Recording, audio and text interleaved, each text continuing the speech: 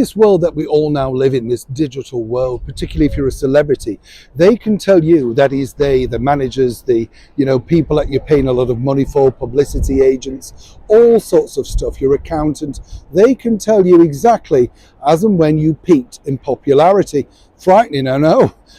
But seriously, Meghan Markle clearly had not learnt this particular lesson, because when you think about it, she did start out incredibly well over here in May 2018. Whatever she says, the British public were very much on her side, even though that she felt her own wedding day was a spectacle, not necessarily something that she felt very comfortable with, even of course aligning her recent engagement interview to something of a crazed circus. Quite where she got that from, as ever, remains to be seen.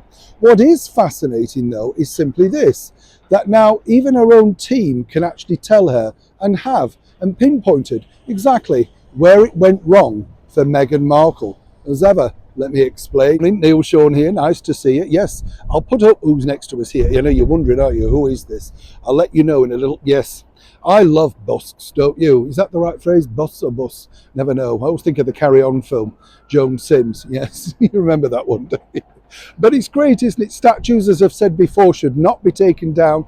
Good or bad, you learn from them, you learn a bit of history, and it's a great way of browsing around for free, isn't it? And just thinking, oh, wow, I didn't know that person lived there, or etc. I just love it, as you know. Now, somebody who could truly learn from how about to become popular was none other than Meghan Markle. And as I say, her new team at William Morris, and I say new team, it's coming up to a year now since they finally decided to sign with the Duchess of Sussex, as she likes to be known inside the office, I've been told.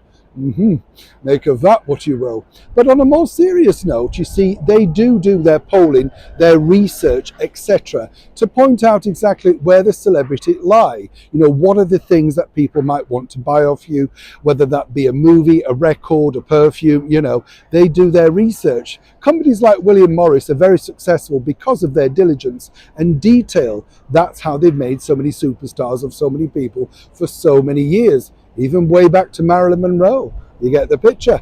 But you see, the biggest problem that Meghan has, and as ever, we have to say allegedly, was actually working out exactly where it had gone wrong for her. And they've now, according to a well-placed source, and as ever, allegedly, pointed out to her, it was simply this. And there's really no recourse back from this. That's right, the infamous curtsy from the Netflix series. Now, we've told you on many occasions, she had a chance to take it out. Prince Harry felt uncomfortable about it, but she thought in her mind that this showed a fun side to the very first meeting of our late monarch, Queen Elizabeth II.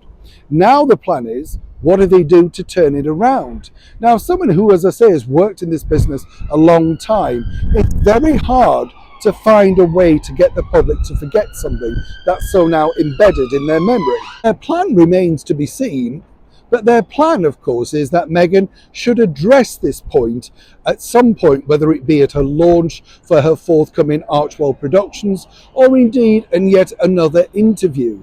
They feel that the public worldwide will not move on from this, many people believe, disrespectful moment in her career so far. At some point, even the most stubborn people have to admit where they've gone wrong.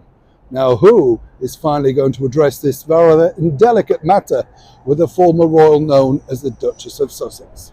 Neil Sean in the very heart of London.